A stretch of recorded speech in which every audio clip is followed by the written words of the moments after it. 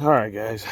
It's been a little while since I've done a video or anything, but got to work on the Silverado today.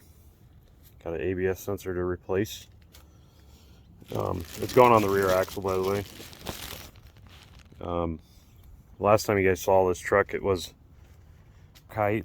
Now it's, let me go on the other side. Now it's a rust bucket on the bed, obviously.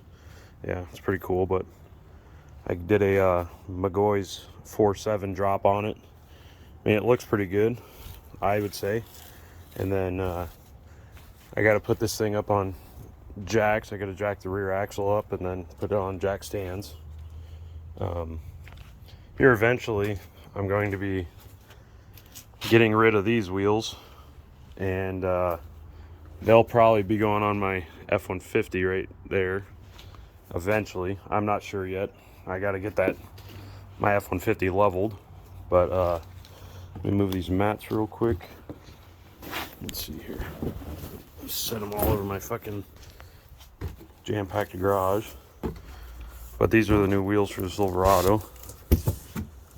They're 20-inch LTZ Tahoe wheels that are powder-coated black.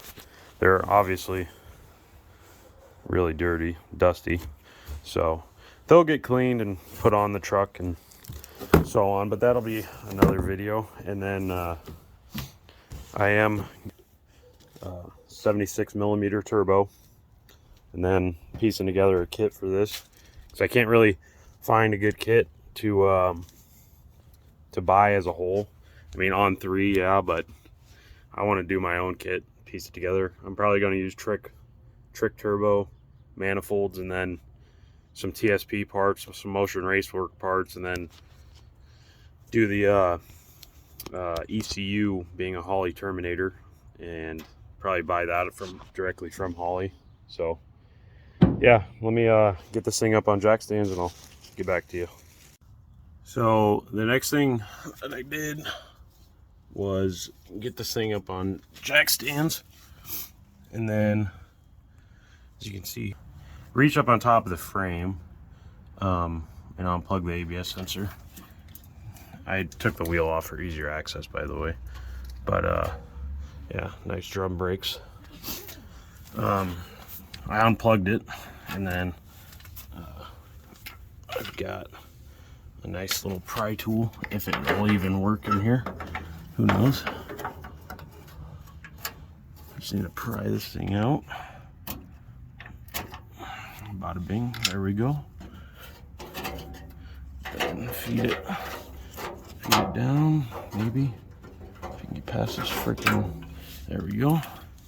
Okay, so what happened, my brother and I were hauling a snowmobile.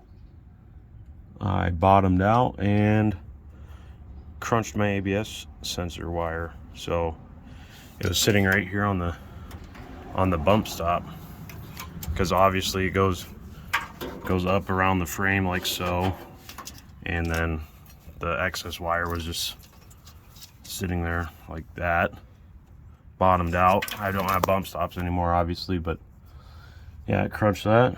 And yeah, let me unwrap this tape and then we'll see what we've got. The tape pulled back a little bit. Here's the issue right here. Let's see if it'll focus. Not very much light right here. Maybe.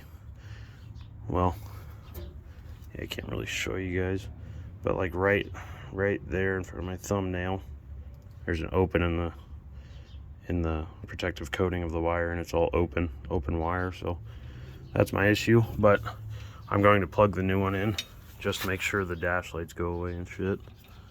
So let's do that real quick.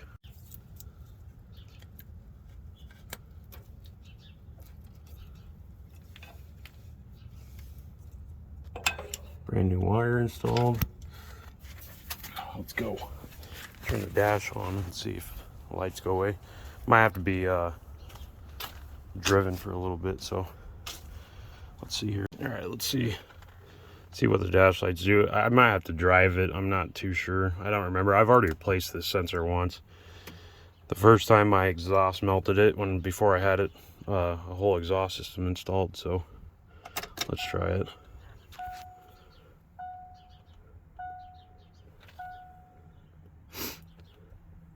Yeah, I think I'm gonna have to drive it after this.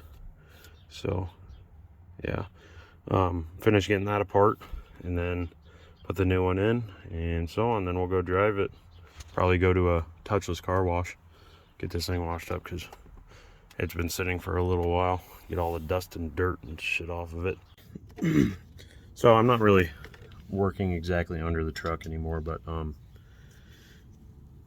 I took the wheel off, kind of working from the side now, but I unplugged the new sensor, laid it on the ground, and find the right bit out of my bit set here. It's a star bit, so start off with the T27 and see what we get. And bada bing, that's perfect size. So what you want to do, the ABS sensor leads to right here next to your drum and or brake. But yeah, you want to take this bit out. These things are kind of a pain in the butt to get out from, not necessarily the bolt, but the sensor itself. It's kind of a pain to get out of this housing, the axle tube housing. So I'll get this out and then see how much of a struggle I've got getting the sensor itself out.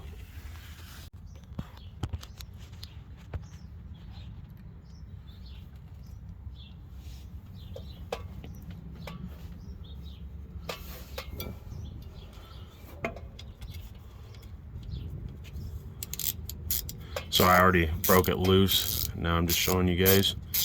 See, this looks like it's been leaking a little bit. It smells like axle fluid, but there's the bolt. Got that out.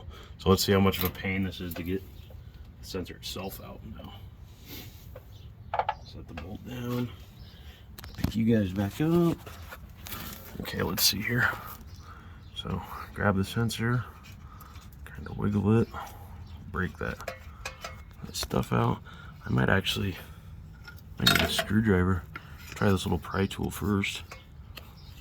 See if that'll give us any leverage on it.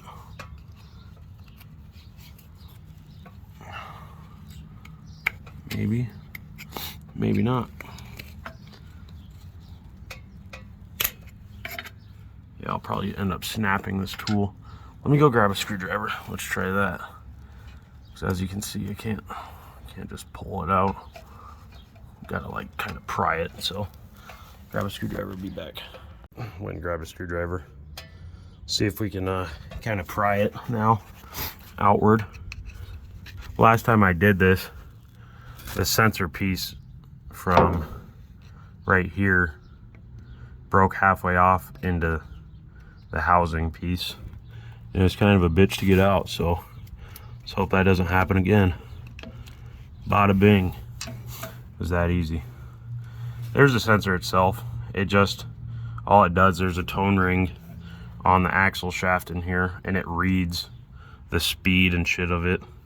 So, and then that obviously sends it to the computer. But yeah, let's finish getting this thing off, get the new one in, and then I'll show you guys how I routed it, just so you guys know.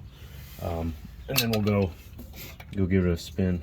Well, obviously got to put the wheel on first and get it off the stands and jack. I'm also going to test fit that LTZ wheel. I've got the 20-inch LTZ wheel. Obviously doesn't have tires on it, so just test fit it and see what they look like. Another thing on this new sensor, I made the mistake and tried installing it, but kind of want to lube up that O-ring there. They're really tough to get in. I need to go find some PB Blaster here. You know what? I'll just do it like this. It's gonna be kind of hard to do. I only got one hand, so here's what I'll do. If you guys can even see me. Okay, that'll be good. So obviously you got a little bit of axle fluid on here. Just kind of go around the O-ring and yeah, give her a little bath like that, And then let me wipe my fingers off real quick.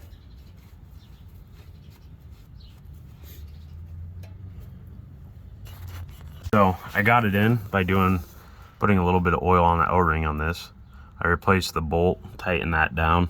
Got one of the mounting squares installed. I gotta find where this other one goes. Gotta get under the truck again. But yeah, let's do that. See, I would be using a creeper, but my driveway is so cracked up and stuff that I really can't even attempt to use one of those right now. So crawling's the best I'm gonna get for right now. Use that side for reference. So the other mounting square goes right on the bottom there, on the bottom of the frame. And as you can see, there's a hole for it right there. So let's get that done real quick, like so.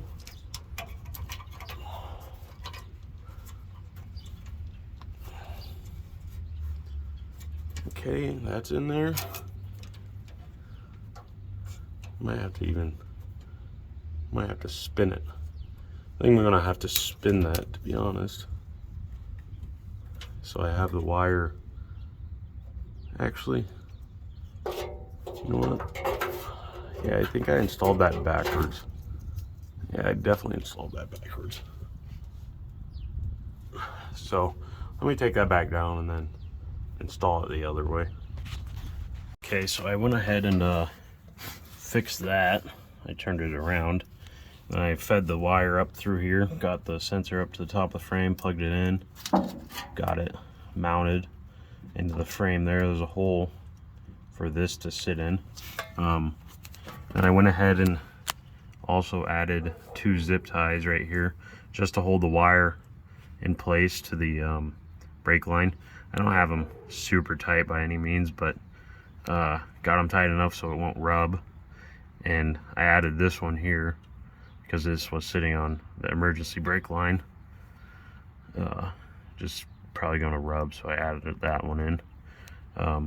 But yeah, that's how you install an ABS sensor on the rear axle. I'm going to throw that other wheel on, see what they look like real quick, because I'm definitely curious.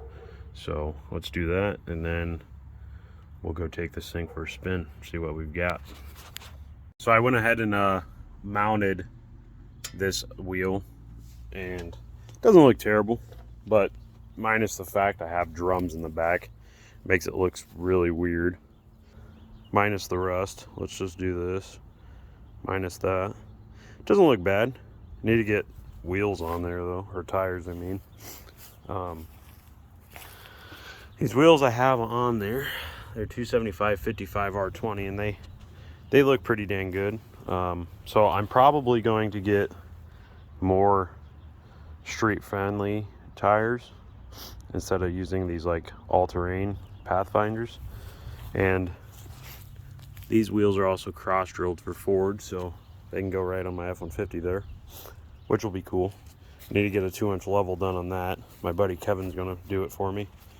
But yeah, I think I'm going to be running Nittos on these tires, and then I'm going to take the Chevy sensors out of those, put them on here, and then yeah, go from there. So that'll be cool. Let me get the other tire on, then we'll get this thing off the stands. Then we'll go take it for a spin and see if that fixed the issue. So I got the wheel back on, off the jack stands and off the jack. Cleaned up my tools.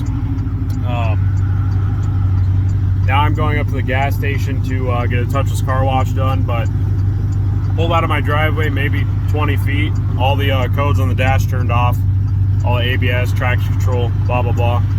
So that fixes the problem.